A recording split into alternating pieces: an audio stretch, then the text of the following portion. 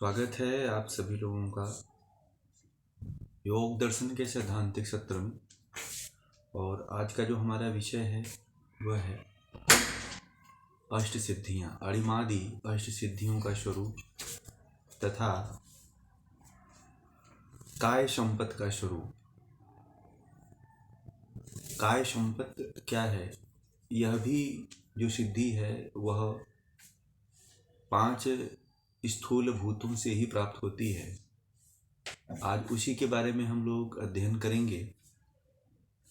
तो कल हमारा विषय जो अणिमादि या अष्ट सिद्धियां हैं वह विषय बाकी रह गया था, इसलिए आज का जो विषय है सर्वप्रथम जो है अणिमादि सिद्धियों के बारे में जानेंगे, वह भी सूत्र के माध्यम से। महर्षि पतंजलि कहते हैं ततो अणिमादि प्रादुर्भावः काय संपत् तद धर्मान विघातश्च। यह सूत्र है और इस सूत्र के शब्दों के अर्थ को भी जानना चाहिए आप लोगों को कि इन सूत्र के शब्दों का क्या क्या अर्थ होता है। ततः का तात्पर्य जो होता है भूतों पर विजय प्राप्त कर लेने से, भूतों पर विजय प्राप्त करने से अणिमा आदि। अणिमा मतलब उसमें जो है 8 तरह की जो अणिमा, लघिमा, महिमा, प्राप्ति, प्राकम्य, ऐशित्व, वसित्व, कामा साहित्व, ये जो 8 प्रकार की जो है यत्र कामा वसायित्व जो है 8 प्रकार की जो सिद्धियां हैं वह प्रादुर्भाव अणिमादि सिद्धियां उत्पन्न होती हैं। काय संपत्, उसके बाद है शब्द काय संपत्, यानी कि और शरीर संबंधी संपदा भी प्राप्त होती है। तद धर्म का जो तात्पर्य इसमें दिया हुआ है तद धर्म अनभिघातश्च, यानी कि और उन भूतों के धर्मों से कोई रुकावट नहीं उत्पन्न होती है। यानी कि महर्षि पतंजलि ये कह रहे हैं कि उन भूतों पर जो पंच महाभूत थे, जो पंच स्थूल महाभूतों के बारे में जो संयम करने से जो उस पर फल की प्राप्ति होती है, जो विजय प्राप्त कर लेता है योगी, तो अणिमा आदि अष्ट सिद्धियां, जिसमें अणिमा, लघिमा, महिमा, गरिमा, प्राप्ति, प्राकम्य, ऐशित्व, वसित्व, कामा साहित्व, ये 8 प्रकार की जो सिद्धियां प्राप्त होती हैं, उसके साथ साथ कह रहे हैं कि काय संपत्ति, यानी कि शारीरिक संपदा बढ़ती है और तद धर्मन अभिघातश्च, यानी कि उसके बाद जो है कहते हैं और पृथ्वी आदि 5 महाभूतों के जो धर्म जो है योगी के उसके जीवन में ये जो पंच महाभूत हैं वह कभी कोई रुकावट नहीं उत्पन्न करते हैं, कभी कोई बाधा उत्पन्न नहीं करते हैं, सहायक ही होते हैं। यह इस सूत्र का तात्पर्य है। तो अब ये कौन कौन सी पंच महाभूतों में जो रूप थे, पंच महाभूतों के जो रूप थे, उन रूपों में संयम करने से योगी को कौन कौन सी अष्ट सिद्धियां प्राप्त होती हैं, उसके बारे में हम लोग विस्तार से जानेंगे। तो पहली जो सिद्धि होती है वह प्राप्त होती है वह है अणिमा। यह सिद्धियों के बारे में व्यास भाष्य में महर्षि व्यास भाष्य ने बहुत ही विस्तार पूर्वक इसका वर्णन किया हुआ है, इसके ऊपर भाष्य उन्होंने लिखा हुआ है। तो पहली जो सिद्धि प्राप्त होती है वह है अणिमा। तो अणिमा मतलब अणु हो जाना, छोटा हो जाना, शरीर को अणु बना लेना, चींटी के जैसा बना लेना, मच्छर के जैसा बना लेना, छोटा बना लेना, ऐसा शरीर में शक्ति उत्पन्न करके जो है शक्ति के साथ जो है अपने आप को सूक्ष्म से सूक्ष्म बना लेना, ये जो है अणिमा सिद्धि है। अणिमा मतलब अणु हो जाना, छोटा हो जाना। जैसे आप इसका उदाहरण एक दूं कि जब सीता की खोज में हनुमान जी लंका में जब प्रवेश किए थे तो अणिमा सिद्धि का ही प्रयोग करके लंका के द्वार से उन्होंने प्रवेश किया था। अपने शरीर को सूक्ष्म रूप में कर लिया था, एक मच्छर के एक चींटी के बराबर करके जो है लंका में प्रवेश कर गए थे। फिर भी जो वहाँ की एक लंकिनी थी वह भी मायावी थी और इस दृश्य को वह भी देख ली थी, वह भी इस चीज़ को जान ली थी कि कोई प्रवेश कर रहा है। तो आप हनुमान जी में ये जो अणिमा आदि अष्ट सिद्धियाँ हैं और काय संपदा है वह सभी आपको देखने को मिलेगा। वो जैसे जैसे आएगा सिद्धियाँ उनके बारे में मैं आपको बताता चला जाऊंगा कि कहाँ कहाँ पे हनुमान जी को अष्ट सिद्धियाँ का प्रयोग करते हुए देखा गया है रामायण आदि में। तो वह आप लोग देखते रहिए। फिर है अणिमा के बाद है महिमा।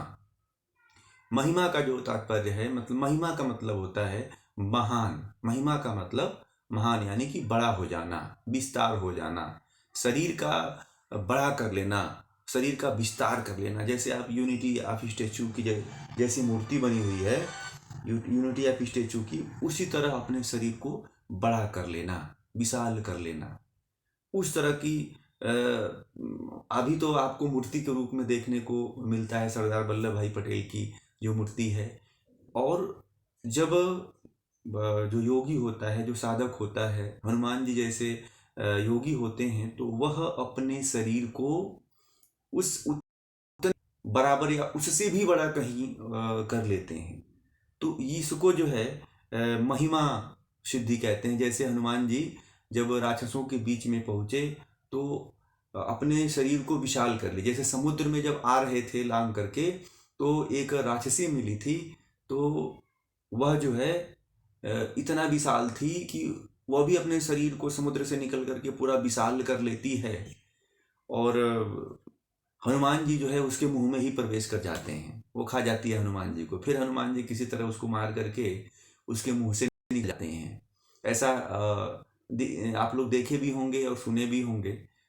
तो ये शरीर को बड़ा करने के लिए शक्ति जो है, जो सिद्धि जो है, राक्षसों से लेकर के देवताओं में भी हुआ करती थी। हनुमान जी जो थे वह भी इस सिद्धि को जानते थे, वह भी अपने शरीर को विशाल कर देते थे। तो ये जो है महिमा आदि सिद्धि को भी इस तरह से आप जान सकते हैं, प्राप्ति। उसके बाद जो है महिमा के बाद जो है लघिमा। लघिमा का जो अर्थ होता है वह लघु होता है। लघु होना यानी कि हल्का हो जाना, छोटा हो जाना, हल्का, छोटा नहीं, लघु हो जाना, हल्का हो जाना, यानी कि शरीर के भार को एक बहुत कम कर लेना कि जैसे कि हवा में उड़ सके। जैसे हनुमान जी ने समुद्र के किनारे से सीता की खोज लगाने के लिए छलांग लगाया, तो इस लघिमा सिद्धि के माध्यम से ही वो छलांग लगा करके लंका में प्रवेश कर गए। तो शरीर को जब कोई हल्का कर लेता है तो ही उड़ सकता है, नहीं तो नहीं उड़ सकता है। तो यह सिद्धि जो है लघिमा सिद्धि है। तो यह व्यक्ति, कोई व्यक्ति जो है लघिमा सिद्धि के द्वारा ही जो है एक स्थान से दूसरे स्थान पे हल्का होकर के जा सकता है। तो ये जो है लघिमा सिद्धि का प्रमाण आपको हनुमान जी के द्वारा देखने को मिलता है। फिर जो है अगला जो सिद्धि है वो गरिमा है। गरिमा, गरिमा का जो तात्पर्य है वह है गुरु होना, भारी होना, है ना, भारी हो जाना। तो भारी, जैसे कि आप लोगों को एक उदाहरण दूं कि अंगद, बाली का जो पुत्र अंगद था, वह जब शांति दूत बन करके रावण के दरबार में गया था समझाने रावण को कि युद्ध, भगवान से, राम से युद्ध मत करो और उनसे क्षमा मांग लो तो तुम्हारे प्राण बच सकते हैं।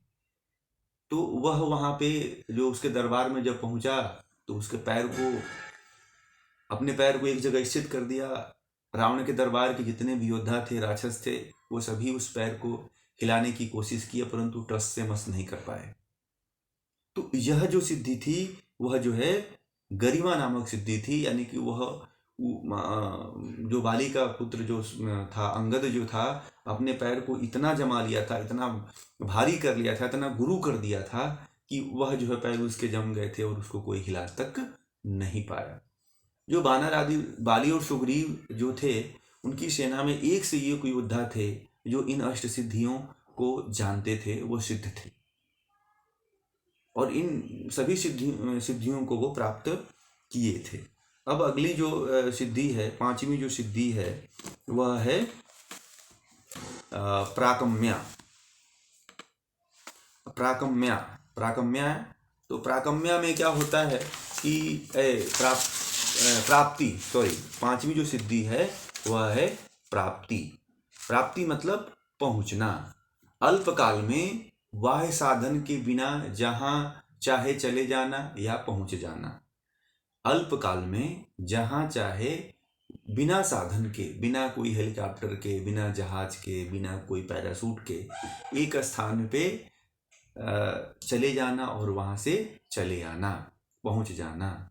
जैसे हनुमान जी जब लक्ष्मण को शक्ति बाण लगा था, तब जो है हनुमान जी संजीवनी बूटी और सुसैन वैद्य आदि को लाने के लिए जो है अल्पकाल में ही जो है बिना किसी वाय साधन के आकाश के मार्ग से होते हुए वह जो है सुसैन वैद्य को लेकर के उनसे जड़ी बूटी का नाम पूछ करके, स्थान का नाम पूछ करके जो है हिमालय में जाते हैं और हिमालय में जो है वह जो जिस पे जीवनी बूटी जड़ी बूटी थी उसको उठा करके लेकर के चले आते हैं। तो यह भ्रामक जो अष्ट सिद्धियों में सिद्धि है उसके माध्यम से ही यह चीज संभव हो पाया।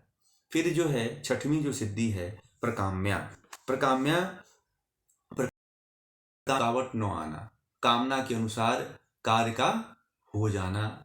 जल में डुबकी लगाने के समान भूमि में भी डुबकी लगा लेना।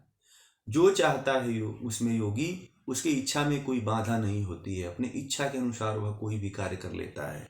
अपने इच्छा के अनुसार जो है वह स्थूल शरीर कभी पकड़ लेता है, कभी स्थूल शरीर में प्रवेश कर जाता है, फिर बाहर निकल जाता है। जैसे हनुमान जी जब उस राक्षसी समुद्र में जो राक्षसी गई तो अपनी इच्छा के अनुसार उसके मुंह में प्रवेश करके फिर बाहर भी निकल आए और उसको वो राक्षसी अपने नहीं कुछ कर पाई। तो जो ये प्राप्ति होती है अपने इच्छा अनुसार जो है कोई भी व्यक्ति कहीं भी जा सकता है, कहीं भी आ सकता है। जल में डुबकी लगा करके पुनः वापस भी आ जाता है, फिर जमीन में भी छुप सकता है और पुनः पुनः जो है जल की तरफ डुबकी लगा करके जमीन से भी बाहर आ सकता। फिर सातवीं जो सिद्धि है जो है वह वशित्व है। तो वशित्व में जो क्या होता है कि पृथ्वी आदि जो कुछ भूतों और उनसे उत्पन्न पदार्थों को वश में कर लेता है और कुछ जैसे उन पदार्थों में अपने को वश में करना तथा अपने आप को भी अन्यों के वश में न होने देना। जिसको चाहे उसको वह अपने वश में कर लेता है, परंतु वह किसी के वश में नहीं आता है।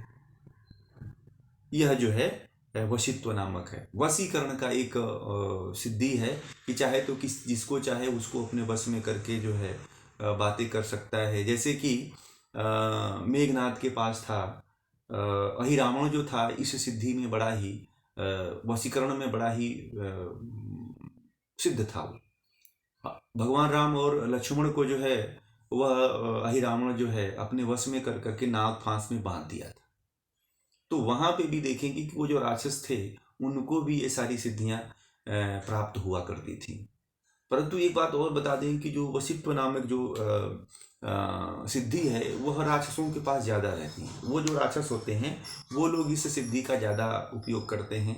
और यह जो है जो देवता लोग होते हैं, जो देव लोग होते हैं, जो साधु लोग होते हैं, जो योगी लोग होते हैं, वह किसी व्यक्ति को वश में करने का प्रयास नहीं करते हैं, क्योंकि उनको किसी के बस में कर करके किसी से स्वार्थ की भावना नहीं रहती है, ना ही किसी का शोषण करना होता है, ना ही किसी के से गलत भाव विचार लेकर के उसके साथ इस तरह का व्यवहार ही करना होता है। उनको तो केवल अपना और समाज का उद्धार करना होता है। इसी ध्येय को लेकर के वो जिया करते हैं। तो अब अगला जो है इसके बाद जो है अगली जो सिद्धि है सातवीं के बाद जो है आठवीं जो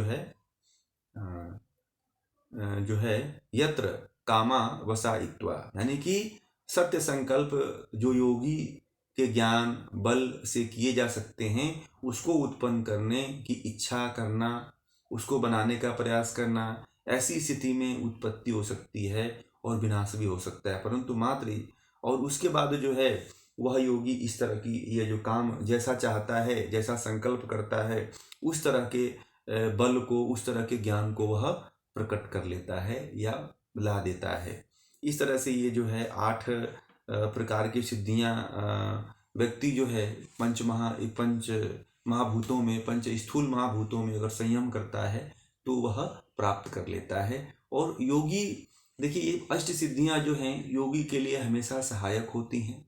अगर योगी इनका दिखावा जन सामान्य में करता है, इनका उपयोग जन सामान्य में करता है, तो ये जो सिद्धियां हैं वो क्षीण भी होती हैं।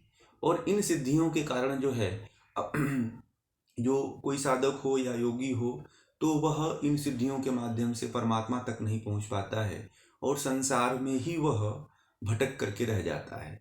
फिर वो उसकी जो आगे की यात्रा है, जो भगवान की तरफ जाने की यात्रा है, जो ईश्वर की तरफ पहुंचने का मार्ग है, वह उसका छूट जाता है। इस तरह से ये जो है कल का जो विषय था अष्ट सिद्धियों का, वो जो है यहीं पे पूरा होता है। अब अगला जो सूत्र है वह है काय संपत्ति, यानी कि काय संपत्ति जो है 46वां सूत्र है। उसमें महर्षि पतंजलि कहते हैं, ये भी जो सूत्र है 46वां सूत्र, इसमें भी जो है स्थूल भूतों पे संयम करने से ही यह सिद्धि काय संपत्ति की सिद्धि जो प्राप्त होती है, इसी के बारे में यह सूत्र है कि रूप लावण्य बल ब्रज संघन नत्वानि काय संपत्ति, यानी कि इसके शब्दों के अर्थ को जानते हैं। तो इसके शब्दों के अर्थ ये हैं, लावण्य यानी कि रूप, लावण्य, और है बल ब्रज संघना त्वानि, यानी कि रूप, लावण्य, बल तथा शरीर की अत्यंत दृढ़ता। काय संपत्ति मतलब यह शरीर की संपत्ति है, यानी कि इसका जो तात्पर्य है कि 5 महाभूतों पर अगर कोई विजय प्राप्त कर 5 महाभूतों पर विजय प्राप्त कर लेने से जो है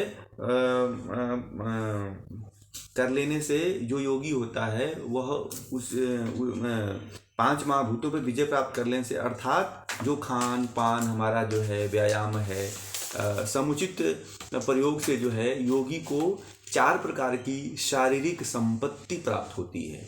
वह 4 प्रकार की शारीरिक संपत्ति क्या है, उसी के बारे में महर्षि पतंजलि कह रहे हैं। तो वो कौन कौन सी 4 प्रकार की शारीरिक संपत्ति जो है स्थूल आदि पंच महाभूतों में संयम करने से प्राप्त होती है, यह जो है इस चीज में हम लोग इस सूत्र में हम लोग समझेंगे। तो पहला जो संपत्ति उसको प्राप्त होती है योगी और साधक को, वह है रूप यानी कि शरीर का दर्शनीय बन जाना, यानी कि वह जो है यम नियम आसन आदि प्राणायाम आदि प्रत्याहार आदि करने के बाद जो है शरीर को इतना स्वस्थ बना लेता है, इतना मजबूत बना लेता है कि उसका शरीर देखने योग्य हो जाता है।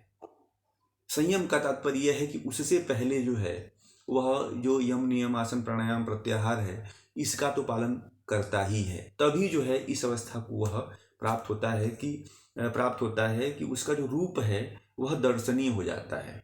लोग जब देखने की इच्छा करते हैं तो देखते ही रह जाते हैं। हजारों लोगों में उसी पे सभी लोगों की नज़र पहुंचती है कि यह व्यक्ति जो है इतना सुंदर है, यह व्यक्ति के अंदर इतना गुण है, इतना सुंदर दिख रहा है, उसका रूप देखने लायक होता है और बार बार सभी लोगों की नज़र जो है उस व्यक्ति पे पड़ जाती है।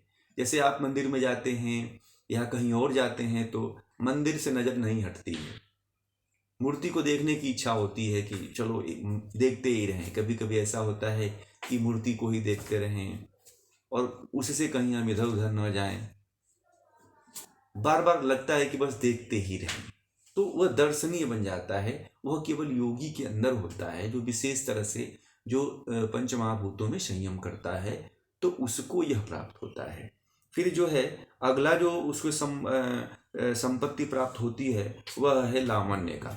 लावण्य मतलब शरीर का कांतिमान हो जाना। कांतिमान मतलब तेजस्वी बन जाना, तेज दिखाई देना, चमक दिखाई देना शरीर पे, चेहरे पे, रूप में, रंग में। तो जब योगी जब वो करता है तो उसमें जो है जब संयम करता है पंच महाभूतों पे तो उसे लावण्य की प्राप्ति होती है, उसे तेज की प्राप्ति हो जाती है। उसका शरीर दूर से झपकने लगता है। 1000 लोगों में अगर वो खड़ा कर दिया जाए तो उसका ऐसा एक आभा मंडल होता है, एक ऐसा तेज मंडल होता है कि जैसे कीचड़ में कमल खिलता है उस तरह का उसका तेज दिखाई देने लगता है। वह जब इसमें संयम करता है तब शरीर में स्थूलों में जब संयम करता है तब उसे उसके शरीर पे तेजस्विता दिखाई देती है। अगला जो उसे संपत्ति प्राप्त होती है वह बल की संपत्ति प्राप्त होती है। बल यानी कि जो साधारण रूप से शरीर का एक तो बलवान बन जाना परंतु वह दूसरे असाधारण रूप से हो जाता है। एक तो साधारण रूप से लोग बलवान होते हैं परंतु जो संयम कर लेता है स्थूलों में पंचभूतों में तो वह असाधारण रूप से जो साधारण मनुष्य होते हैं उनसे कहीं ज्यादा श्रेष्ठ हो जाता है, उनसे कहीं ज्यादा बलवान हो जाता है। जैसे कि सभी मनुष्यों में मनुष्य हैं परंतु कुछ मनुष्यों में कुछ मनुष्य ऐसे हैं जो तप करते हैं, स्वाध्याय करते हैं, जो धारणा ध्यान संयम करते हैं पंचमहाभूतों पे, उनका जो बल होता है वह अन्य मनुष्यों से अलग बल होता है। जैसे कि भीम आदि जो थे वो भी उनके समय में भी लोग हुआ करते थे परंतु उसी में जो थे ये लोग तपस्वी थे, इस कारण इनके शरीर में अधिक बल था। हनुमान जी के समय में भी हनुमान जी के साथ में जो कार्य करने वाले लोग थे बहुत से लोग थे परंतु हनुमान जी के जैसा किसी के अंदर बल नहीं था। तो इस तरह का अगर कोई संयम करता है तो इस तरह की जो सिद्धि है, इस तरह का जो बल है वह प्राप्त होता है। फिर जो चौथा जो संपत्ति प्राप्त होती है वह है ब्रज संघनन। ब्रज संघनन का मतलब शरीर के अवयवों का, शरीर के अंग प्रत्यंगों का सुदृढ़ हो जाना, यानी कि यही जो है शारीरिक ऐश्वर्य, इसी को शारीरिक ऐश्वर्य कहते हैं। यानी कि शरीर का ब्रज के समान कठोर हो जाना, शरीर का ब्रज के समान हो जाना, यह जो है यह क्या है, ब्रज संघनन है। यानी कि शरीर का ब्रज के समान कठोर हो जाना जो है यह जो है चौथी संपत्ति है। तो इस तरह से जो है ये आपका जो है 4 प्रकार की जो संपत्तियां प्राप्त होती हैं संयम करने से, जो पंच स्थूल महाभूतों पे, वह यह 4 प्रकार की संपत्तियां रही। आने वाले आप भी जो है या कोई योगी जो है, कोई साधक जो है इस तरह की साधना करता है पंच स्थूल भूतों में, तो उसको देखिए अष्ट सिद्धियां प्राप्त होती हैं। अष्ट सिद्धियों के बाद शारीरिक शरीर की जो 4 प्रकार की संपत्ति प्राप्त होती है वह भी। अब बहुत लोगों को ये पता नहीं है कि शरीर की संपत्ति क्या है। वो लोग तो बाहरी संपत्ति को सब जानते हैं कि हमारे पास रुपया है, पैसा है, धन है, परंतु शरीर की संपत्ति क्या होती है यह किसी को नहीं पता है। तो शरीर की संपत्ति क्या है? रूप है, लावण्य है, बल है और ब्रज संघनन है, यानी कि कठोरता है। अगर आपके शरीर में नहीं है तो आप समझिए आपने शरीर की भी संपत्ति को नहीं प्राप्त कर पाया। हम कहते हैं कि हम शरीर हैं तो हम शरीर भी नहीं हैं। पहले के समय में जो भीम आदि जो कृष्ण के बलदाऊ थे, बलराम थे और भीम आदि थे, ये लोग जो है अपने शरीर को उस स्तर तक पहुंचाए थे, बलवान बनाए थे, ब्रज के समान कठोर बनाए थे। तो इस तरह से जो शरीर की जो संपत्ति है, उस शरीर की संपत्ति को वो लोग प्राप्त किए थे। इस तरह से आप लोग भी इस तरह की अगर इस पंच स्थूल भूतों पे अगर आप लोग संयम करते हैं तो आप लोगों को भी ये जो 4 प्रकार की सिद्धियां हैं, शरीर की जो संपत्तियां हैं वो भी आप लोगों को प्राप्त हो सकती है। तो ये जो आज का जो विषय है पंच स्थूल भूतों पे जो सिद्धियां थी, उनके विषय में आज का जो ये व्याख्यान रहा। और आज का विषय फिर यहीं पे समाप्त होता है। आप सभी लोगों का बहुत बहुत धन्यवाद।